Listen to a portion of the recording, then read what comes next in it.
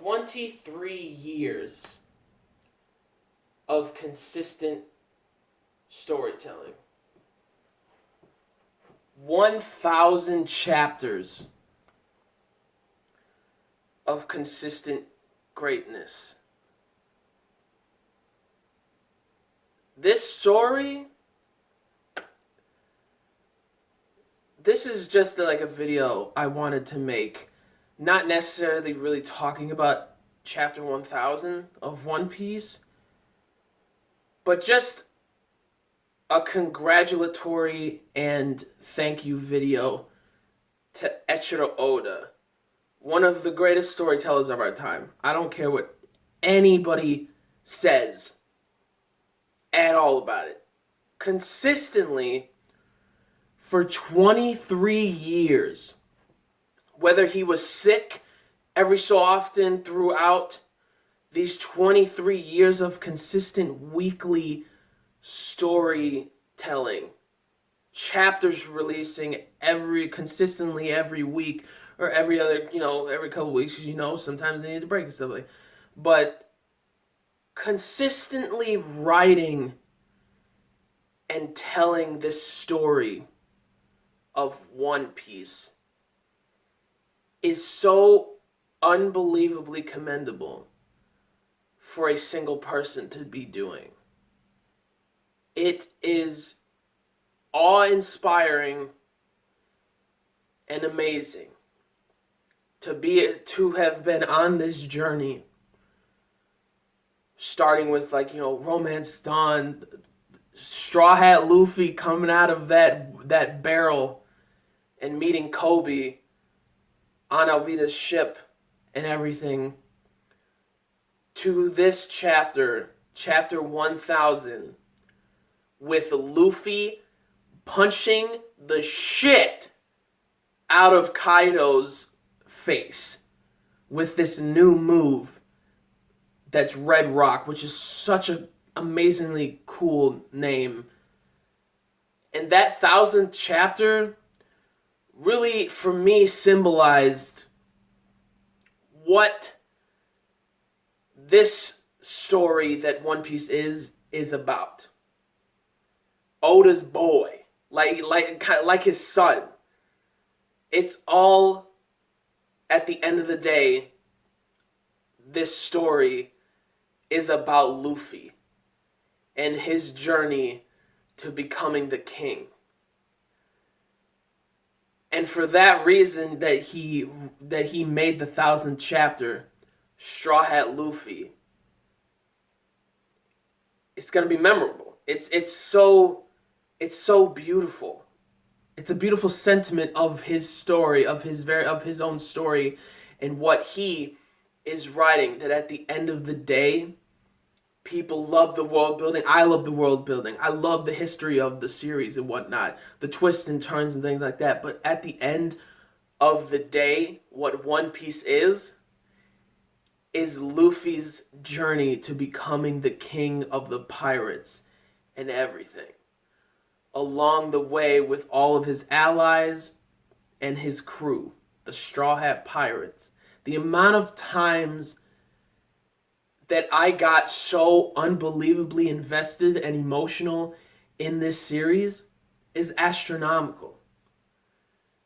You got everything that happened with Nami and her village and her home. Made me cry my eyes out. Everything that Arlong did to her. Luffy screaming, "You're my friend, Nami. I will be here for you." Amazing.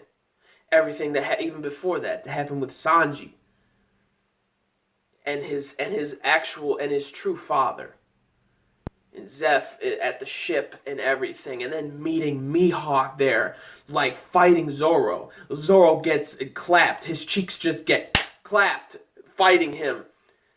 And the way Mihawk talks is like, learn how big the world is if you think you can fight me now. And everything. And then after that, the respect Mihawk gave Zoro. Being like, learn about the world. My name is Dracula Mihawk. And even just the beginning of the series was amazing. And then Alabasta, right? And then you're going all the way across the series, the emotional things, Robin's past, Robin screaming, "I want to live." I lost my mind in that, reading that and watching that scene. I lost my freaking mind. And even before that, Usopp and whatnot. And then you got Chopper and his past. Pretty much being somewhat of an anomaly of all the other reindeer, him being ostracized and him being taken in by Dr. Hululuk and everything. And then Kureha helping him out after Hululuk passed away, and Hululuk's emotional speech of a man dies. Does a man die when he takes a bullet to the chest? No. Does a man die when he consumes a poisonous mushroom? No. A man truly dies when he is forgotten. Like, the amount of lessons I learned from this series is just, it's amazing. The amount of speeches that made me cry, the amount of scenes that made me cry my eyes out. It's like, from all of that to even scenes, with Robin, her past and everything. And then you got things from, other things from Water 7. And then after that, I feel like Oda's the only person that could make me cry my eyes out for a boat. For a boat being burned up. The Going Merry. Crying my eyes out for a boat who was their crewmate. That boat was truly their friend. And even the crew was crying. Except for maybe, Zoro and maybe Sanji, because, they want to, they're probably emotional, but they want to keep that stuff in. It was so unbelievably beautiful. And then you're getting closer to such epic moments. One of the most epic moments that for me personally is when Luffy knocked the shit out of a celestial dragon. When he did that, he knocked him back into the manga with the sketch drawing type of animation. Like, he knocked him right into there. Absolutely amazing. Learning more about the world and stuff in this series. And then, seeing the time skip. The emotional things that occurred at Marineford. With Whitebeard. Oh, the Yonko. Shanks. Whitebeard. Big Mom. Kaido. Blackbeard too. So many characters that I love come from this series. And don't get me even started on the waifus. Right? The wife, give me that. Like, Robin, that's baby girl right there, bro. The devil child. Oh, get out of town, man. It's got this fantastic shirt and everything. And Boa Hancock. Let me get something real quick.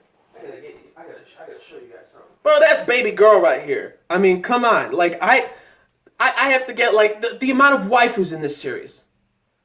Astronomical. He knows how to draw and create a beautiful babe.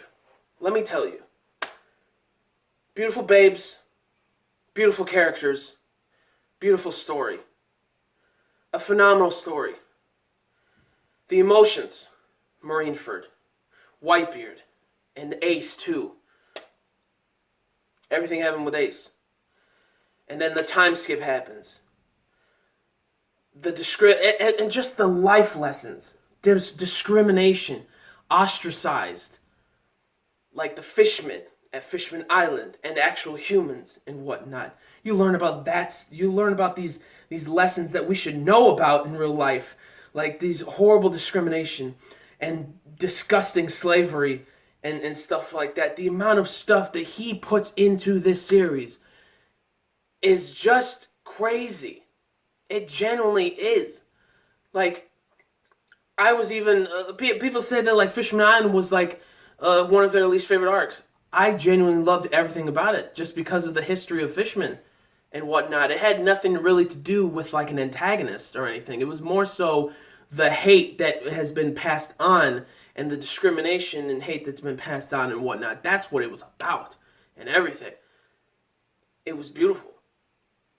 Punk Hazard, fantastic stuff. That's where we first meet Kiemon and some of the samurai, Kiemon and Momonosuke and everything. And then Dressrosa, which was amazing, which showed one of the best villains of One Piece in general in Doflamingo. And then we get all these gears. First of all, we saw gears in Enies Lobby. Now we're seeing Gear 4th in Dressrosa, which I thought was a pretty good arc too. Pretty great arc also. Gave me one of the best antagonists of the series in general, in Doflamingo. Then you learned about the history about it. I got emotional seeing Sabo again. And everything. And then they go to Zoe. And then they go to Whole Cake Island. Which was amazing, because we got to see Sanji's biological family, which is amazing. Reiju, another waifu, one of the top waifus for me. And that whole scenario was amazing. And seeing Big Mom's territory and what Big Mom is. Amazing. And then we're at Zoe. I cried my eyes out. Raizo is safe. My jaw dropped so far down. It smacked the floor. It didn't just hit the floor, it smacked it. It was aggressive. I was like Frankie. Frankie instantly was crying. Them saying Raizo is safe. Learning more about Kozuki and the history. The Void Century and everything. Learning about the Nekomamushi Inuarashi and everything. Amazing. Then we go to Whole Cake Island. And then we go to Wano, where we are at right now. Everything. It's amazing. Wano he's been writing this for 23 years. 1,000 plus chapters in. And he still makes me unbelievably excited and hyped. And makes the series and story still consistently so relevant with so many people. And nowadays, One Piece is really just blowing up now. So many people are reacting to One Piece and everything. And it's just phenomenal and amazing. And seeing this latest chapter, again, is a sentiment of what One Piece is. It's Luffy's journey to becoming king. And what his form of freedom means to him. And we get more history with Ace and everything in Wano country and whatnot. Wano, learning more about Kaido, what kind of fruit he has. Freaking insane. I lost my mind. I did not expect it to be the fish fruit, the legendary mythical one. Fish fruit, which was just fantastic and annoying, but it also makes sense because, he's a dragon and there's a lot of mythology between fish and dragon, and stuff like that, and koi. It's amazing. He still makes twists and turns that a lot of theorists and whatnot don't see coming. It's great. It's amazing. His storytelling is amazing. So from the bottom of my heart, Oda, thank you for creating a story from your mind that consistently makes me excited weekly. Thank you from the bottom of my heart to you, the creator, the mangaka, and to the crew that surrounds you, the editors and crew that surrounds you. Thank you from the bottom of my heart, and congratulations on 1,000 chapters of One Piece. One Piece greatness. Honestly, I don't know how I'm going to feel when this series is over. I don't know. It's gonna be emotional. But I am so very happy that I was born in this era to see such an amazing story written and told and everything. Thank you again from the bottom of my heart, and all the fans that support you and everything that you do. And also Yamato, baby girl, already one of the waifus for me, in general. But anyways, her reveal is just amazing. Thank you. And congratulations on 1,000 chapters so far. And I know you're going towards the end game right now. You truly are. And I'm so happy I was born in this era, and I am along for the ride that is your baby, that is One Piece. One Piece greatness. Nothing else to say, guys. One Piece greatness. Congratulations and thank you, EIICHIRO Oda. Goda. See you guys later.